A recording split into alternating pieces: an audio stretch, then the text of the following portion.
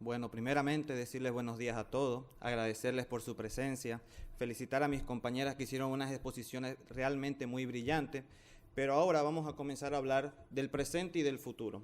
Van a escuchar muchas cosas que a veces parecen sacadas de la ciencia ficción, pero que actualmente se están utilizando y son cosas muy importantes que queremos mostrarles. Vamos a hablar lo que es bombas de infusión de insulina, células madre y trasplante pancreático. Entonces, antes de hablar de bombas de infusión de insulina, la tecnología, perdón. Bien, antes de empezar a hablar de las bombas de insulina, vamos a ver algo que es muy importante.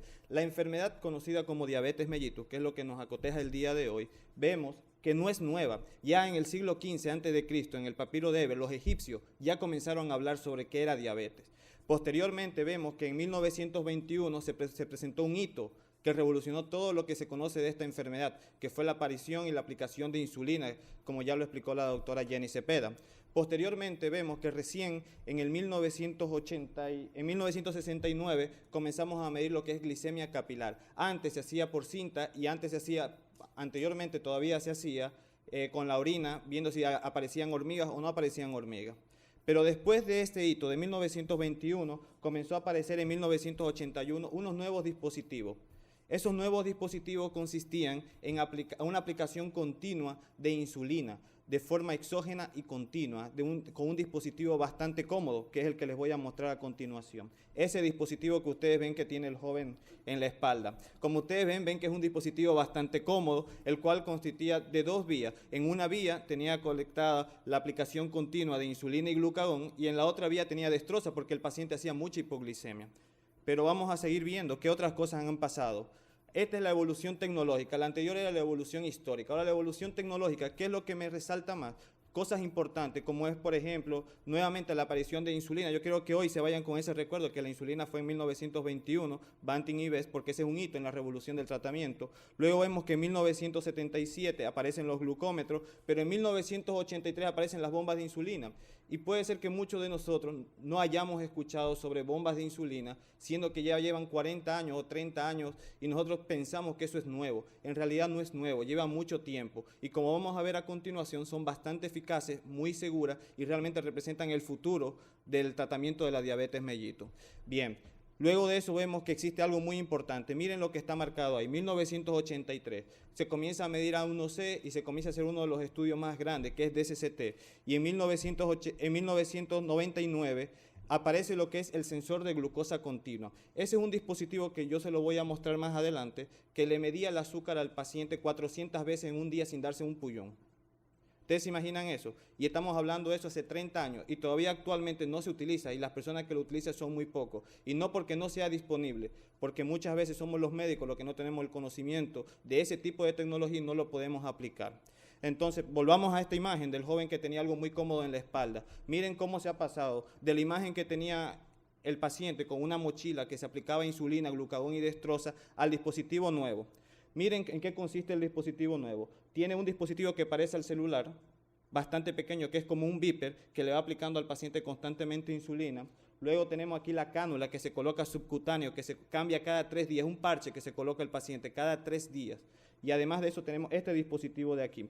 Ese dispositivo de aquí es el que se encarga de hacer la medición continua de glicemia. Cada 5 minutos le está midiendo la glicemia al paciente. En total son alrededor de unas 300 a 400 veces al día. Bien, continuemos. Ahora, hablando sobre insulinoterapia, lo que decía la doctora Jenny Cepeda de una forma brillante y excelente. Hay dos formas de que usted puede tratar al paciente. Usted lo puede tratar bien o lo puede tratar mal. Si usted lo va a tratar mal, utilice la terapia convencional. ¿Cuál es la terapia convencional? Que se aplique 2 o 3 aplicaciones por día, sin que tenga un objetivo glucémico. Usted no le dice, mire, yo no necesito que usted esté con tal glicemia. Usted lo deja libre al paciente, que él tenga 200, 300, y que cuando tenga 150 venga al consultorio y diga, mire, doctor, estoy contento, está bajita el azúcar.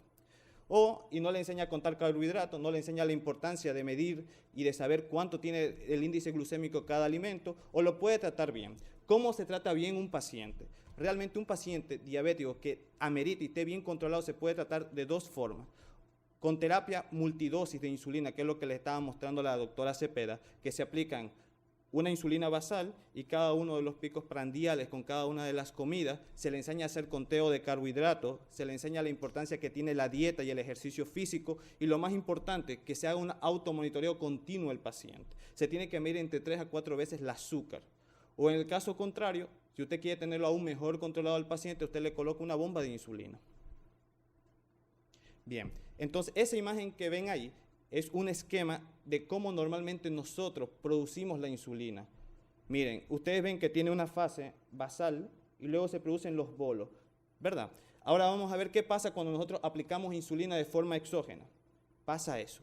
Mire, ahí está la representación de las mejores insulinas que tenemos en este momento, que son los análogos. Y vamos a ver que a pesar de que hacen el esfuerzo de tratar de similar las curvas fisiológicas que hace la secreción de insulina, no lo logran hacer de forma correcta. Es por eso que usted tiene pacientes que tienen glicemia en un momento en 300 y después hacen hipoglicemia y se mantienen así. Y usted dice, pero no lo podemos controlar. Está en hiperglicemia, está en hipoglicemia. Y es por el tiempo y la fisiología cómo se aplica la insulina. Entonces vamos a ver qué pasa cuando colocamos una bomba de insulina, que como ya les mencioné, son dispositivos pequeños, cómodos, prácticos y de bastante utilidad desde el punto de vista médico. Bien, miren eso, miren la diferencia. La secreción con bomba de infusión de insulina es constante. Generalmente se utilizan insulinas de forma ultra rápida. Esas insulinas de forma ultra rápida, el dispositivo los va colocando minuto a minuto, como si fuera un páncreas normal. Y además de eso, si tiene conectado el monitoreo continuo de glicemia, hace la corrección automática cuando usted va a comer. Usted solamente le coloca a la bomba el dato de qué es lo que usted va a comer y él le hace la corrección de cuánta insulina tiene que colocarse usted para esa comida que usted está ingiriendo. Entonces, vamos a ver esto. Miren, ese gráfico es la forma en que se configura eso. Para que usted logre esa similitud en la aplicación de insulina con la bomba de insulina, tiene que hacer este tipo de configuración. Miren qué se ve en esta configuración. Se ve lo siguiente.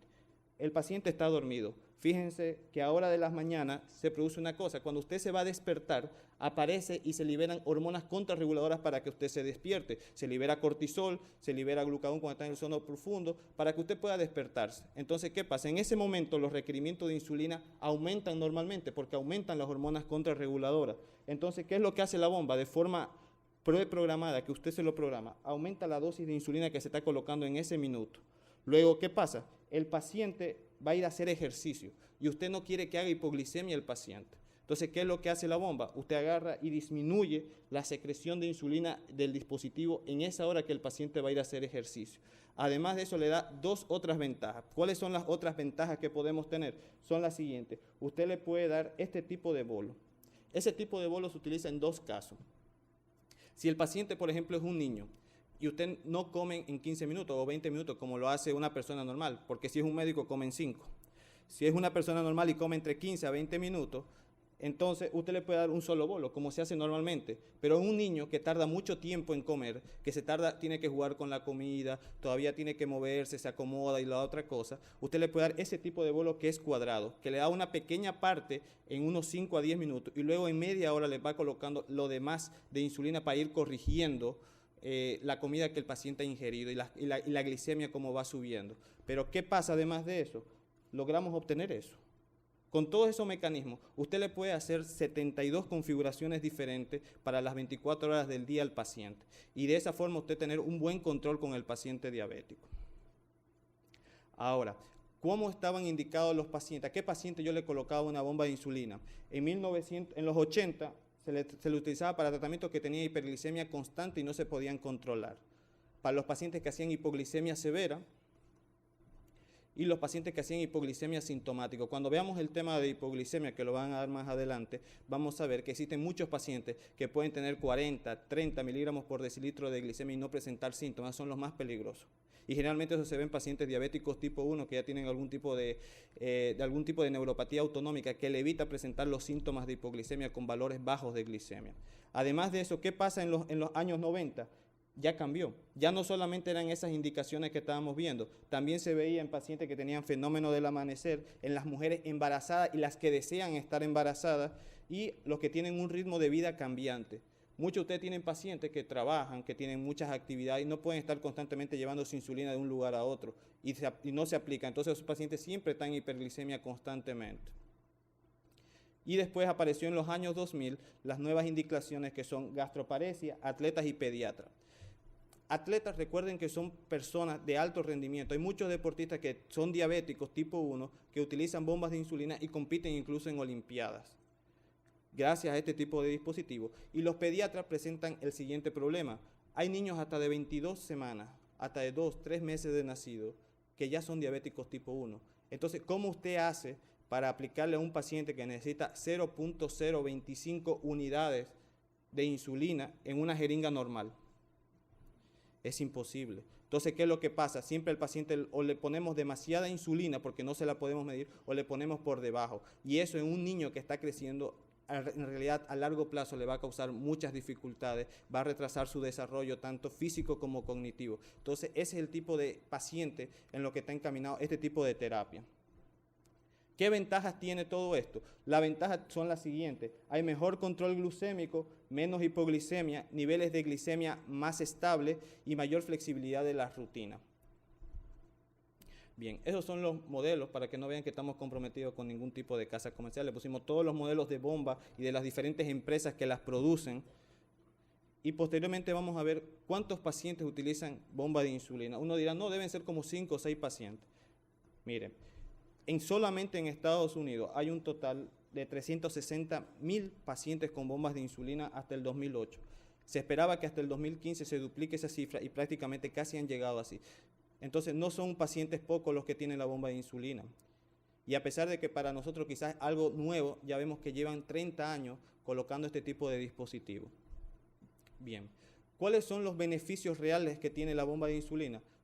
El mejor control glicémico y menos variabilidad glucémica. Eso es muy importante. Se ha visto en varios estudios que lo que realmente causa mayor deterioro más rápido y progresivo de los órganos diana, que en este caso son la retina, el riñón y los nervios, es precisamente ese tipo de variabilidad glucémica, que el paciente en un momento está en 400 y luego está en 40, que en un momento está en 350 y después está en 20. Entonces, esa variabilidad glucémica se ha demostrado que es la causante de muchas de las complicaciones de forma más rápida.